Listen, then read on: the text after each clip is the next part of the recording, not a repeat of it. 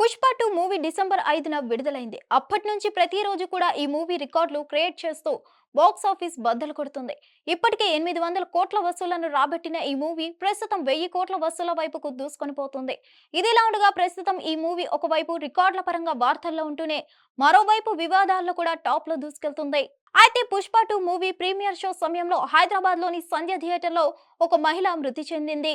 అల్లు అర్జున్ ఎంట్రీతో తొక్కిసలాట జరిగింది. ఈ క్రమంలో ఆమె ఊపిరాడక చనిపోయింది. ఇక ఆమె కొడుకు ఆసుపత్రిలో చికిత్స పొందుతున్నాడు. ఈ క్రమంలో దీనిపై పుష్ప టీం సారీ చెప్పి ఆ కుటుంబానికి అండగా ఉంటామని చెప్పింది. ఈ చిత్రం రిలీజ్ అయిన పలు థియేటర్లలో కొంతమంది మహిళలు గంగమ్మ తల్లి జాతర సీన్ చూసి పూనకంలో ఊగిపోతున్నారు. ఈ నేపథ్యంలో ప్రస్తుతం పుష్ప 2 సినిమాకు సంబంధించి ఏదో ఒక అంశంతో వార్తల్లో ఉంటుంది. తాజాగా ఈ మూవీ చూస్తూ ఒక వ్యక్తి చనిపోయినట్లు తెలుస్తోంది. స్టైలిష్ స్టార్ అల్లు అర్జున్ సుకుమార్ కాంబోలో తెరకెక్కిన పుష్ప 2 బాక్స్ ఆఫీస్ వద్ద మాస్ జాతర కొనసాగుతుందని చెప్పుకోవచ్చు. ఈ మూవీని చూసేందుకు ఆడియన్స్ థియేటర్లలో పోటెత్తుతున్నారని చెప్పుకోవచ్చు. ఈ నేపథ్యంలో ప్రస్తుతం ఏపీలో షాకింగ్ ఘటన చోటు చేసుకుంది.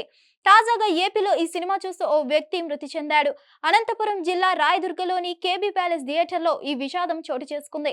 మృతుడు మద్దానప్పగా పోలీసులు గుర్తించారు. పుష్ప 2 సినిమాను చూస్తూ చనిపోయినట్లు తెలుస్తోంది.